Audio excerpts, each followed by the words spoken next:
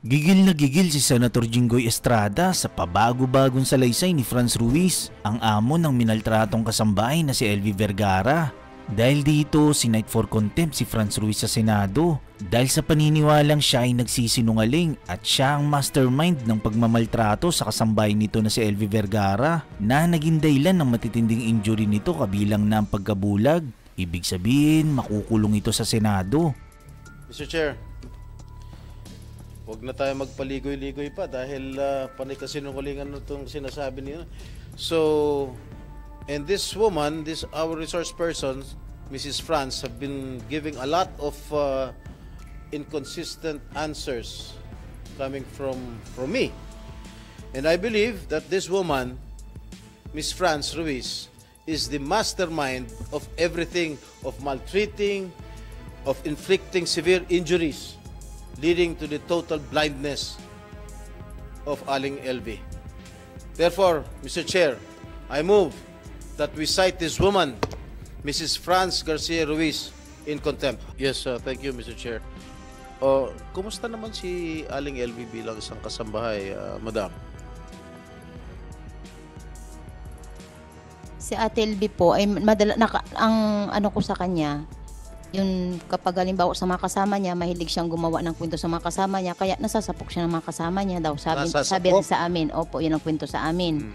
Tapos po, ang naglalagay siya ng madumi sa kapihan, kasi sila po magkakasama sa likod, dahil doon naman po ako nakapokus sa tindahan. Yun lang, okay. Sa isang interview mo sa ABS-CBN, sa reporter na nagngangalang Dennis Dato, nagpa-interview ka ba? Opo, Your Honor. At sinabi ninyo, and I quote, may something medyo may tama utak niya. Referring to Aling Elvi. Totoo ba sinabi mo yon? Opo. Ano ibig sabihin? Kasi po, Your Honor, naglalagay po siya ng mga pubic hair sa pagkain. Nilalagyan niya ng mga kalawang na pako yung mga heater kapag nagagalit siya sa kanyang mga kasamahan. Tapos daw po ay yung washing machine yun ang kwento nila sa akin kasi wala din po ako, nasa kwarto nga po kami. Ay pinabubulaanan na nga nila JM yung mga sinasabi mo ngayon sa akin.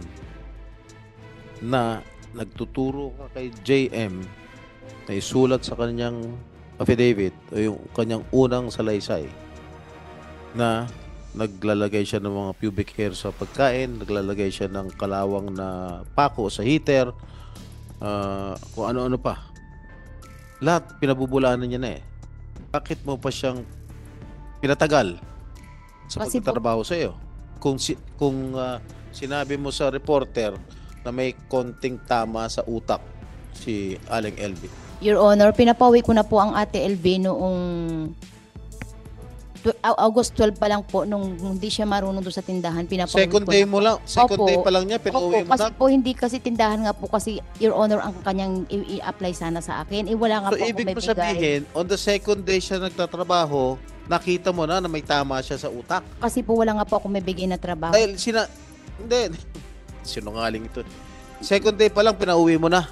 Opo, pinapauwi. Second day pa lang, naglagay na ng pubic hair sa... Hindi pa, kasi kumbaga po... sinasabi mo, may tama na sa utak. Hindi pa, on the second day, na pumapasok siya, ganun ba, may tama, naramdaman mo na may tama siya sa utak? Hindi pa po. Doon second day po, pinapauwi ko na talaga siya kasi nga po, wala po ako may bigay na trabaho. Tapos later on po, nung mga...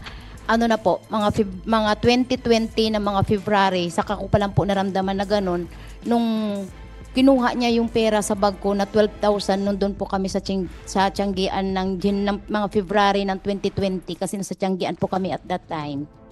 Teka, magulo ka kausap eh. Pinapauwi mo on the second day. Opo, Your Honor. Bakit mo inaalok ng sweldo ng 5,000? Oh. Pinapauwi ko na po siya, Your Honor, tapos nakiusap siya sa akin, ate, kahit na magtulong-tulong na lang ako sa iyo dito. Ngayon, sabi ko sa kanya, kung payag ka kako at ayaw mo naman umuwi, ay di ikaw, pero ang pasuldo ko lang sa iyo hanggang 5,000 lang, kako po, Your Honor. Kaya nga, pinapauwi mo na nga siya. Ibig sabihin, pinaapalayas mo na siya. Correct? Ay, bakit may inopera ng 5,000 pa? On the second day, kasasabi mo lang ha? Opo, ayaw niya. Hindi mo. Unang araw, sinabi mo, pinagtrabaho mo sa palengke, 300 binigay mo na pinabubulaanan ni Aling Elvi. Tama. Tama ba tama ba ako? Tama po. Pangalawang araw, August 12, 2019, sinabi mo sa kusina na lang siya magtrabaho at ino-offeran mo ng 5,000 kada buwan ng sweldo. Tapos ngayon, sinasabi mo, pangalawang araw pa lang, gusto mo na siyang palayasin. Before po, Your Honor, na inoperan ko siya, kinausap ko po siya na, Ate LV, wala akong maibigay na trabaho kasi tindahan yung inaplayan mo. Kasi dito ka ako sa kanya sa kusina. Uwi ka na lang, ate, kako ng ganun kasi hindi ka pwede sa tindahan. Eh bakit mo ino-offeran? At siya po nagsabi na, ate, dito na lang ako. Kahit na dito na lang ang trabaho ko. Sure. Kahit na tagatulong na lang po ako. This woman is giving a lot of inconsistent statements, answers to Mr. Chair. Sinabi mo, Madam Franz, pangalawang araw pa lang pinapaalis mo na siya. Tama? Pero umabot pa siya ng 4 na taon. At pinalipat mo pa sa dinala mo pa sa anak mo. O, paano siya tumagal na pangalawang araw pa lang gusto mo na siya palayasin, umabot mo ng 4 na taon sa'yo. Sinama mo pa rin sa Batangas sa apartment ng anak mo. Your Honor, wala pong 4 na taon kasi 2019 ng August lang siya pumasok sa amin. Kailan mo siya dinala sa Batangas? Dinala po siya sa Batangas noong mga May 18 to 20. Hindi ko po matandaan, Your Honor, 2023. Oh, 4 na taon. Wala po. 2019 nga pumasok eh. Oh, ilan? 1, 2, 3, 4. 1, 2, 3, 4. Ilan? Ilan daliri mo? Ilan ma? Huwag mo ako tatawanan. Seryoso ako. Ilan? 2020, 21, 22. Opo, 20. O ilan? 23 nga. 4 years nga. Magpo 4 years nga. Ako sinungaling o ikaw? Ako sinungaling o ikaw? Bakit transfer mo siya? Alam mo may problema sa pag-iisip, naglalagay ng mga kung ano mga dumi sa inumin. Bakit mo itatransfer siya sa anak mo na mahal mo? Nandiyan po si Fe na tagapagbantay ng Regardless. Hindi mo dapat nilalayo mo yung mga tao may problema sa pag-iisip ayon sa iyo, nilalayo mo sa anak mo. Baka madisgrasya yung anak mo. Ang ginawa mo, inilayo mo sa iyo para ilagay sa anak mo. Therefore, hindi totoo yung sinasabi mo. Kasi kung ako may problema sa pag-iisip yung isang kasambay, granting naging magkatulad tayo ng konti sa pag-iisip, hindi ko pa doktor, hindi ko pa uwi. Pero hindi ko itatransfer sa anak ko. Ilalayo ko lahat ng kapahamakan sa anak ko. Matatakot ako. Ikaw, tinasper mo pa na ayon sa may problema sa pag-iisip. So therefore, nagsisinungaling ka. Ay tiwala po kasi ako kay Fe dahil kasi si Fe po, nung pumasok sa akin, hindi ko man siya nakita. Regardless, tiwala na po ako. Diba, kung yung mga kasamahan nga niya, sabi mo, ayon sa bibig mo, mga kasamahan niya, nilalagyan niya po anong klase mga dumi sa pagkain, sa inumin.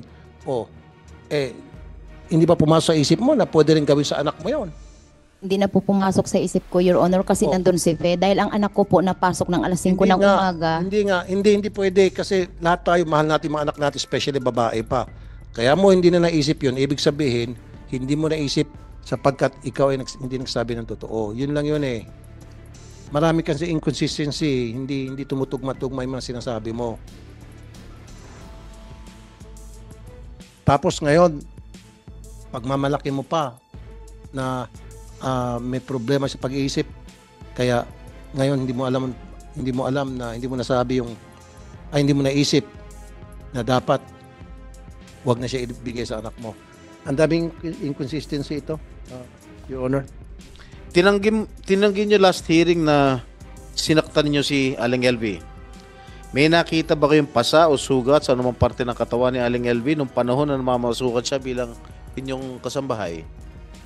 Your Honor, hindi kasi ako masyado nakakapokus sa kusina, Your Honor. Doon ako sa tindahan. Basta't nakita ko Ayoko lang ng ganun sagot. Sagutin mo yung diretso yung tanong ko. Anak- May nakita ka bang mga pasa o sugat sa katawan nung una siyang namasukan nung August 11, 2019? Wala. Hindi ko po napansin, Your Honor, kasi ang kanyang buhok medyo pahaba ng ganun na medyo payat siya. Tapos yung mga nakadamit po siya ng mahaba, nang nakatukong siya ng mahaba dito. Kaya wala pa ako na... May kung mayroon man. Pangalawang araw? Sa tagal nyo ron, wala ka bang napapansin na May mga sugat? sugat po siya. Dito sa mga ganito niya, tapos sa ulo, tapos sa mga hita niya, may mga kamot-kamot po siya nung pagpasok Kailan niya. nyo napansin na meron siyang sugat at may mga pasa-pasa? Hindi po Sa pasa. tagal niya nagtatrabaho sa inyo, Ma- since August 11, nung pumasok siya bilang inyong kasambahay, Parang mga 3 days po, may nakita na akong pakunti-kunti. 3 na days? Opo. ano nakita mo? May mga piklat na po siya sa katawan niya na iba. Oh, hindi mo siya tinanong? Ay, marami pa akong gawa, Your Honor. Okay, Kaya bilang amo, di mo ko siya na po, tinanong. hindi na ako nag-usyoso ng buhay Napaka-normal nila. na pumasok sa bahay niyo, no? sa trabaho niya nung August 11, tapos after 3 days, 11, 12, 13, 14, August 14, nakita mo na may mga pasa na siya sa katawan, may mga sugat na siya sa katawan. Your Honor, mga piklat po, hindi po pasa. Madam Franz, sinabi mo sa last hearing na namasukan sa inyo si Aling LV 2019 at kanina binanggit mo ulit 2019. Sa interview mo naman sa ABS-CBN, sinabi ninyo na 2020. 2019 po, Your Honor, ang sabi ko doon. 2020, nakalagay rito. 2019 po. Hindi naman siya bulag. O yan. Tumating po siya dito.